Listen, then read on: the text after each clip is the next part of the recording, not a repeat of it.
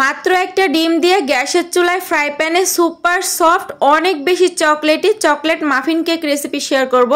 আর এই কেকটা দেখতেই পাচ্ছেন কতটা বেশি সফট আর কতটা বেশি চকলেটি। তো আশা করি রেসিপিটি ভালো লাগবে। ভালো লাগলে প্লিজ একটি লাইক দিয়ে ভিডিওটি শেয়ার করে টাইমলাইনে রেখে দিতে পারেন, তা না হলে ভিডিওটি হারিয়ে গেলে কিন্তু পরবর্তীতে আর খুঁজে পাবেন না।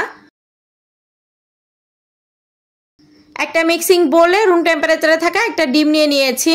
2 টেবিল চামচ দিয়ে দিচ্ছি লিকুইড দুধ, 1/3 কাপ দিয়ে দিচ্ছি চিনি, 1 চিমটির মতো দিয়ে দিয়েছি লবণ, এতে করে মিষ্টির টেস্টটা ব্যালেন্সে থাকবে। এখন একটা হ্যান্ড উইক্স দিয়ে সবকিছু খুব ভালো করে একসাথে ফেটিয়ে নিব যতক্ষণ না পর্যন্ত চিনিটা গলে যায়। 1/4 কাপ দিয়ে দিচ্ছি রান্না করা সয়াবিন তেল, 1/2 টিস্পুন দিয়ে দিচ্ছি ভ্যানিলা এসেন্স। ভ্যানিলা এসেন্স দিলে ডিমের গন্ধটা আসবে না। এখন হ্যান্ড উইক্স দিয়ে আরও একবার সবকিছু খুব ভালো করে একসাথে মিশিয়ে নিতে হবে। একটা ছাঁকনির উপরে 1/3 কাপ দিয়ে দিচ্ছি আটা। আপনারা চাইলে আটার পরিবর্তে এখানে ময়দাও ব্যবহার করতে পারবেন। 2 টেবিল চামচ দিয়ে দিচ্ছি কোকো পাউডার, 1/2 টিস্পুন দিয়ে দিচ্ছি বেকিং পাউডার, 1 চিমটি থেকেও কম দিয়েছি বেকিং সোডা। বেকিং সোডাটা দিলে কেকটা অনেক বেশি সফট হয়। এখন সবকিছু খুব ভালো করে একসাথে চেলে নিয়েছি। হ্যান্ড উইক্স দিয়ে সবকিছু একসাথে খুব ভালো করে মিশিয়ে নিতে হবে। মেশানোর পরে বাটির পাশে দেখবেন এই ব্যাটারটা লেগে থাকবে, তো স্প্যাচুলা দিয়ে এটা খুব ভালো করে পরিষ্কার করে মাঝখানে এনে আবারও হ্যান্ড উইক্স দিয়ে খুব ভালো করে মিশিয়ে নিতে হবে। তো এই তো মেশানো হয়ে গিয়েছে। আর ব্যাটারটা কেমন হবে সেটা একটু দেখে বুঝে নেন। তো আজকের কেকগুলো আমি এরকম মাফিন কেকের বাটিতে সেট করব। তার জন্য এর ভিতরে কেক লাইনার বসিয়ে দেন আমি কেকের যে ব্যাটার আছে ব্যাটারগুলো দিয়ে দিচ্ছি। আর কেকের ব্যাটারটা এমনভাবে দিতে হবে যাতে বাটির অর্ধেকটা পরিমাণ থাকে। খুব বেশি যদি হয়ে যায় তাহলে কিন্তু কেকগুলো ফুলে বাটি থেকে বের হয়ে যাবে।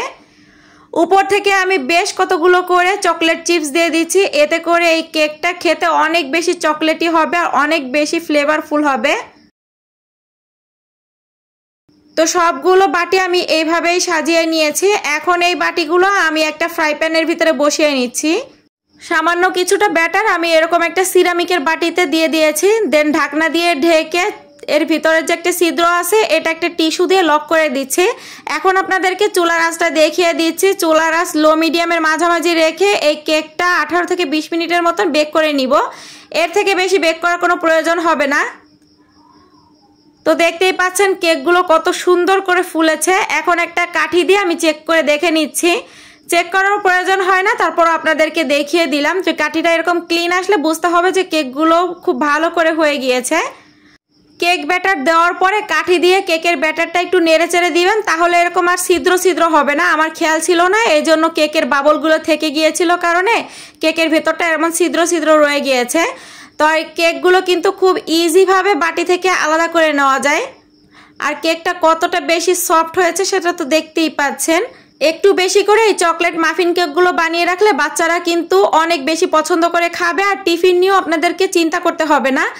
আমার আজকের এই রেসিপিটি আপনারা কে কোন এলাকা থেকে দেখতেছেন চাইলে কমেন্টস করে জানাতে পারেন। আমি চেষ্টা করব আপনাদের সবার কমেন্টের রিপ্লাই দেওয়ার জন্য।